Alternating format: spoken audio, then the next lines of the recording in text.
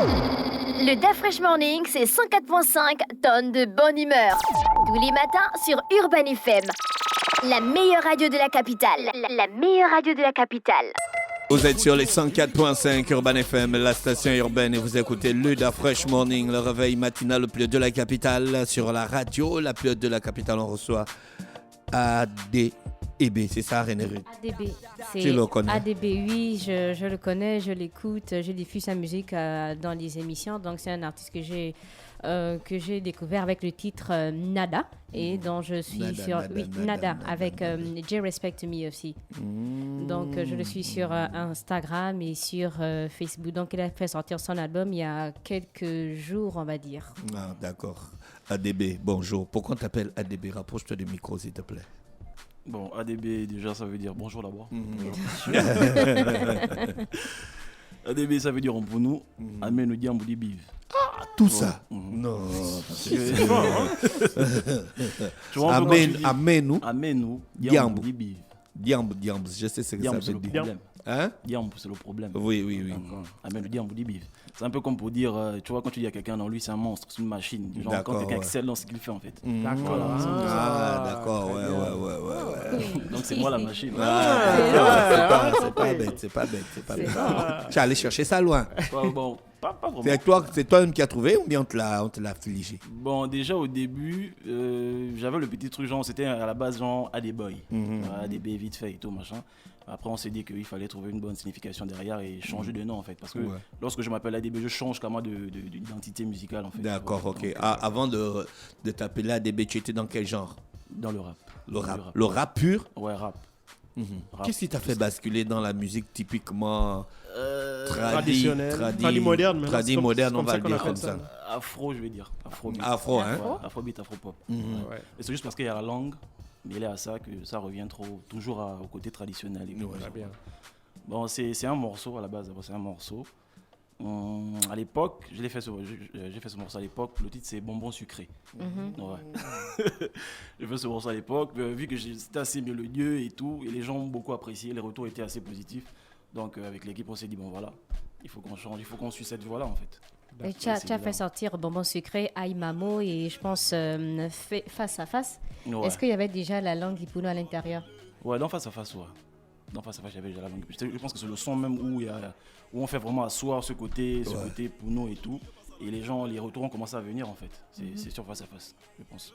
Est-ce que c'est aussi peut-être parce que tu maîtrises mieux la langue Pouno que le français que tu te dis qu'il vaut mieux aussi être au-delà de ce retour aux sources là aussi, montrer qu'on peut exceller dans le rap tout en utilisant sa langue maternelle? Ouais, il y a ça, mais je ne maîtrise pas forcément. Ah, donc non, peut-être dans le rap. Oui, parce que c'est la question. Quand tu as dit qu'il maîtrise, je ne pense pas qu'il maîtrise la langue. Il balance quelques petites vibes comme ça là. C'est-à-dire, chanter, écrire un son en langue, c'est assez simple. Parce que tu prends ton temps, tu t'assois, tu cherches des mots qui passent et tout, des phrases qui concordent. Ouais, il faut aussi faire les rimes et tout ça. Entre-temps, aller sur un débat, il y a des niveaux et des niveaux, j'ai envie de dire. Bien sûr. Par rapport à la langue, parce qu'il y a la langue profonde là que tu sens, que tu écoutes seulement, tu peux écouter, mais tu peux pas parler.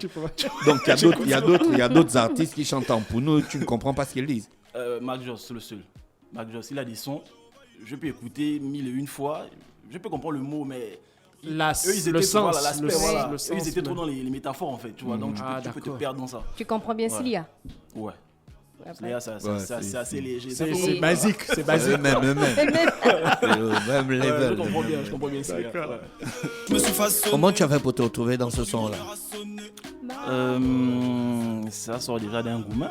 Le son le dit lui-même déjà. Ah, ça sort d'un goumin. Ouais, ça sort d'un goumin très profond. Voilà. Le goumin t'a donné l'énergie. Hein. Voilà. Et déjà, je t'ai dit ça, donc le goumin donne l'énergie. Pour la petite histoire, c'est la première prod que je compose moi-même. Ah, d'accord. Voilà. Donc c'est un son que j'affectionne beaucoup.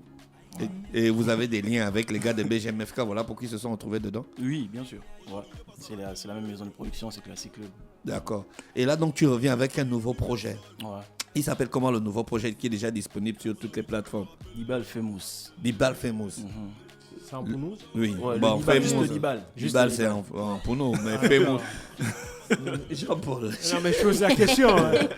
Mais Famous, c'est quand même en anglais. Oui. Là. Donc célèbre Dibal, le célèbre beau-frère. Voilà. D'accord. Non, Diba, c'est pas le beau-frère, c'est l'homme. C'est l'homme. Ah d'accord, l'homme célèbre. Excusez pour les Il n'est pas pour nous, il demande. Dibal Famous, explique-nous l'histoire de ce projet alors qu'on te connaît aux côtés de BGMFK. Tu viens avec un projet qui s'appelle Dibal Famous, un projet qui a plus de 10 titres, c'est ça? Bon, enfin, il y a plus de 10 titres sur la version qui a été postée sur G-Store. Oui. C'est-à-dire que toutes les personnes qui vont acheter le projet sur G-Store auront un diss track, Ouais. auront un track bonus. En fait. Et sur les plateformes, c'est juste 10 titres. Ouais. Voilà. 10 titres bien remplis.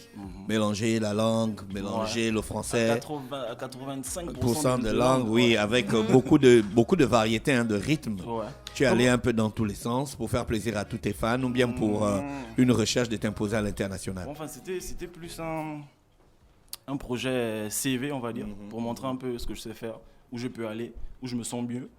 Donc voilà, il y a de l'afro, il y a de l'afro-pop, il y a de la dancehall. Voilà. Ça t'a pris combien de temps pour monter ce projet? Quand même plus d'1 an. Hein. Ouais. Oui, je crois que les gars, ils sont dessus depuis la période du Covid. Plus avant même, en fait. Depuis peut-être 2019, 2018, 2019. Pourquoi ça t'a pris autant de temps alors que tu es entouré de beaucoup d'artistes, de beatmakers, d'arrangeurs, de compositeurs? Et on a eu 2 années de Covid, c'est une période où il y a Non, même eu... Non, ce que je veux dire, durant les 2 années de Covid, c'est là où il y a eu beaucoup de production. Oui. Je veux dire, les gens se sont vraiment focalisés dans la production. Voilà. Bon, il va accuser on va nous. dire, Il non, va même accuser pas. nous. Au confinement, vas-y. Même pas. On va dire dans une quête personnelle en quelque sorte, vu qu'on ne peut pas toucher la perfection, mais fleurer au moins la perfection en matière de son, en matière d'identité. Il a fallu que je puisse faire quelque chose où je pouvais me retrouver moi-même, en fait. Donc ça a pris le temps que ça a pris. Les sons sont entièrement composés par toi-même. Ou bien tu as invité les gens à t'aider à la composition? Oui, il y a beaucoup de gens à l'intérieur. Il y a Ousmar Fresh, il y a Very Nice, un très jeune beatmaker que j'apprécie beaucoup. Déjà pour son âge, il est très petit, mais très très très talentueux. Oui. Il y a El Gorbit, il y a Mickey R, il y a moi-même, et il y a un beatmaker, je ne sais pas trop s'il est anglais ou français, je ne sais pas trop. Comment c'est? OG, je ne sais pas trop quoi. OG, ouais. Il n'y a qu'un seul beatmaker étranger. Ils sont tous sur place? Vous avez travaillé sur place ou bien il y en a qui sont à l'étranger? Vous avez dû travailler à distance et tout le reste? Il n'y a qu'une seule personne, comme je disais, le beatmaker de l'étranger, là, anglais ou je ne sais pas trop. Voilà. Mais le reste, on a travaillé sur place. Tout s'est fait sur place. On a Matsang.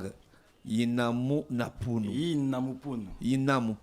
Ça veut dire quoi? Danse avec le punu. Matsang, c'est les larmes. Les larmes, hein, Matsang. Mais dans le 8e sens, c'est Yvan Lost. Est-ce que tu t'adresses à quelqu'un en particulier? Bah, vous savez, moi déjà comme je disais au début, je viens de cette, ce mood-là hip-hop où il y a toujours ce truc de compétition là. Voilà, les battles. Voilà, c'est une compétition perpétuelle, j'ai envie de dire, parce que il faut toujours être, on veut toujours être le numéro 1. Donc par rapport à toutes les personnes qui m'entourent dans le game, voilà. Donc ils vont avec ce No love. Ils vont comprendre.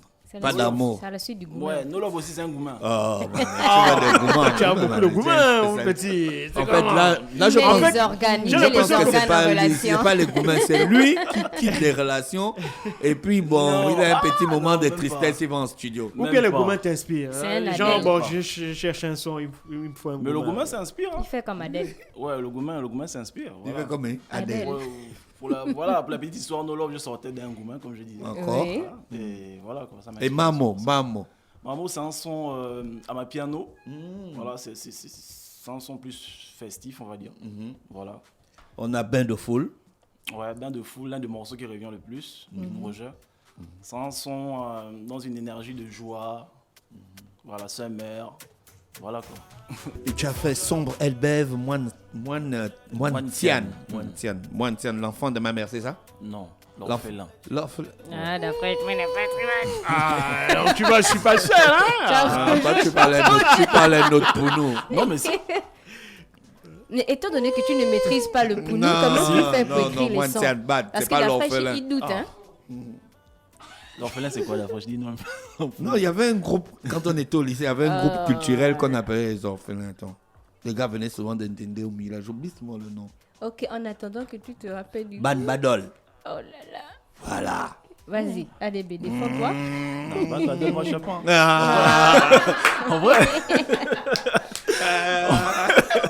En vrai, Je sais moi pas. je connais le Pounou. Hein. Mais tu vas demander à qui tu veux. Moi, Ntian, ça veut dire l'orphelin. D'accord, après on a Chakra Ouais, aux côtés Chakra. de Evna. Evna Mode.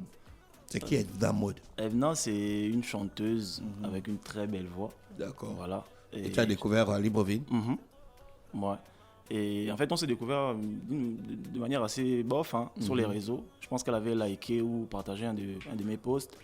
Et j'étais allé voir, voilà. Non, j'étais allé voir et j'ai vu que c'était une artiste. J'ai écouté ce qu'elle faisait, c'était bien. Et tout, j'en ai parlé à mon équipe et tout, vu qu'on cherchait une fille en fait pour ce son-là. J'ai bataillé pour avoir une meuf sur ce son-là, mais apparemment je suis tombé sur elle et ça a été... Est-ce que tu es orphelin? Non. Et pourquoi tu as chanté Mointian? Moi, Ntiyan, c'est par rapport à la société, le message qu'on me renvoie par rapport à la société. À un moment donné, vu qu'on se bat tout seul, on se fait tout seul, à un moment donné, on se sent un peu comme un orphelin en fait. Parce que professionnellement, en fait. Voilà. Il faut faire ses preuves, il faut vraiment se démêler soi-même pour se créer une place dans notre société, dans le game, dans ce que je fais en fait. Mais tu n'es pas seul, il y a des gens qui t'entourent, il y a des gens qui non, t'aident. ceux-là, c'est... Pourquoi tu ne les comptes pas déjà? Pourquoi Non, tu ne considères pas ça déjà comme un atout? Non, ceux-là, si, bien sûr, je le considère comme un acquis et je remercie le Seigneur parce que jusque-là, si je n'avais pas ces gens-là, je pense que j'aurais... Est-ce qu'on peut dire que tu considères que tu n'as pas eu de mentor en fait? Quelqu'un qui t'a, quand tu es rentré dans le game, il t'a dit, bon écoute, moi je vais te montrer comment ça fonctionne, voici les bases, et qui t'a un peu guidé jusqu'à ce que tu deviennes plus ou moins autonome? Ça j'en ai eu. Ouais, je ne veux pas mentir, j'en ai eu. Mais moi ça vient à partir de, j'ai envie de dire, l'industrie. D'accord. Le message que l'industrie me renvoie. De là où je suis, je me sens un peu, on va dire, isolé, délaissé pour un enfant du comme un pays. enfant dans la Voilà, pour un enfant du pays, j'ai envie de dire, qui valorise un peu la culture. Je me sens un peu à l'écart. Mais tu n'as pas toujours été seul. Je pense qu'en 2010, tu étais avec ton groupe prolifique. Ça remonte, ça c'est les bases. Ça c'est les bases, le début de l'histoire même en fait. Ouais, après... Mais est-ce qu'on peut pas dire de manière générale que les artistes au Gabon sont comme des orphelins, parce que évidemment tous se plaignent que l'État ne fait pas grand chose pour eux, qu'ils sont un peu marginalisés, qu'ils sont un peu parfois abandonnés à eux-mêmes. Après, moi je regarde pas trop le débat par rapport à l'État. Ouais, voilà. Moi je regarde pas trop le débat par rapport à l'État. Moi je pense qu'on a de quoi se faire nous-mêmes. Il y a beaucoup qui se sont fait eux-mêmes et qui ont un panel assez rempli aujourd'hui.